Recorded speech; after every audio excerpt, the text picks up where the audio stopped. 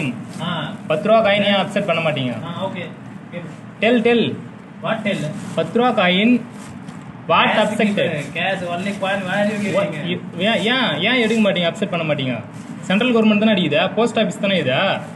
central government post office central government தானே. I will not accept that but give cash 10 ரூபா coin ஏன் upset பண்ண மாட்டீங்கன்னு கேக்குறேன். I will not accept give division office go you want to fight with me go head office go 10 ரூபா coin ஏன் வாங்க மாட்டீங்க? போஸ்ட் ஆபீஸ் தானே இது. 10 rupees காயின் ஏன் வாங்க மாட்டீங்க? who will count this amount அமௌண்ட்னா எல்லாமே அமௌண்ட் தான். இந்த மாதிரி போஸ்ட் ஆஃபீஸில் 10 rupees காயின் உங்ககிட்ட வாங்க மாட்டேன்னு யாராவது ரிஃப்யூஸ் பண்ணியிருக்காங்களா? ரிஃப்யூஸ் பண்ணதும் இல்லாமல் do whatever you want அப்படின்னு திமிரா பேசியிருக்கிறாங்களா? ஸோ 10 ரூபா காயின் வாங்குறது லீகலா இல்லீகலா? வாங்க அந்த டவுட்டை கிளாரிஃபை பண்ணிடலாம். ஒரு போஸ்ட் ஆஃபீஸில் ஒரு கஸ்டமர் 10 ரூபா காயின் ஆஃபர் பண்ணுறாரு, அதை அந்த போஸ்ட் ஆஃபீஸ் ஸ்டாஃப் வந்து வாங்க மறுக்கிறார்.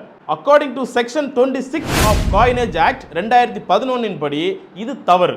ரிசர்வ் பேங்க் வெளியிட்ட எந்த காயினாக இருந்தாலுமே அது ஒரு சின்ன அமௌண்ட்டாக இருந்தாலுமே அது வந்து பேமெண்ட்டுக்கு எலிஜிபிளான ஒரு காயின் தான். அதை வாங்க மறுக்கிறது லீகலி தவறுங்க. Under central civil service rule 1964 refusing to accepting a கரன்சியை பார்த்தீங்கன்னா அது ஒரு மிஸ்கான்டக்ட்னு சொல்கிறாங்க. மேலும் இதை மல்டிபிள் சர்க்குலர்ஸ் மூலமா ஆர்பிஐயும் கிளாரிஃபிகேஷன் பண்ணியிருக்காங்க. ஸோ இந்தியன் கவர்மெண்ட் டிசைன் பண்ணியிருக்கிற எல்லா 10 rupees காயினுமே ஒரு லீகல் டெண்டர் தான். அதை எந்த டிபார்ட்மெண்ட்டுமே வாங்க மாட்டேன்னு சொல்லி மறக்க முடியாது. Deepak K versus India Post 2022 இந்த கேஸில் ஒரு போஸ்ட் ஆஃபீஸ் ஸ்டாஃப் 10 ரூபாய் காயினை வாங்க மறுப்பார். கோர்ட் அவர் மேலே டிசிப்ளினரி ஆக்ஷனும் எடுத்து பப்ளிக் சிட்டிசன்ஸோட ரைட்ஸ் இதில் வந்து வயலேட் ஆகிருக்குது அண்டர் ஆர்டிகல் 9 அப்படின்றதையுமே வந்து கிளாரிஃபை பண்ணியிருப்பாங்க. இந்த மாதிரி ஃபியூச்சரில் உங்களுக்கு ஏதாவது ரிஃப்யூசல் நடக்கிற பட்சத்தில் அந்த ரிஃப்யூசலை பொலைட்டாக ஒரு வீடியோ ரெக்கார்டிங் பண்ணுங்கள். போஸ்ட் மாஸ்டருக்கோ இல்லை சூப்பரிண்டென்ட் ஆஃப் போஸ்ட் ஆஃபீஸ்க்கோ ஒரு ரிட்டன் கம்ப்ளைண்ட் ஃபைல் பண்ணுங்கள்.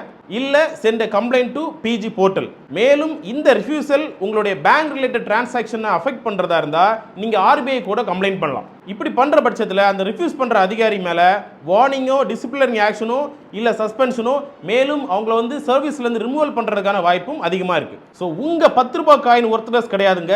தேர் ignorance is. Know your rights, use your rights.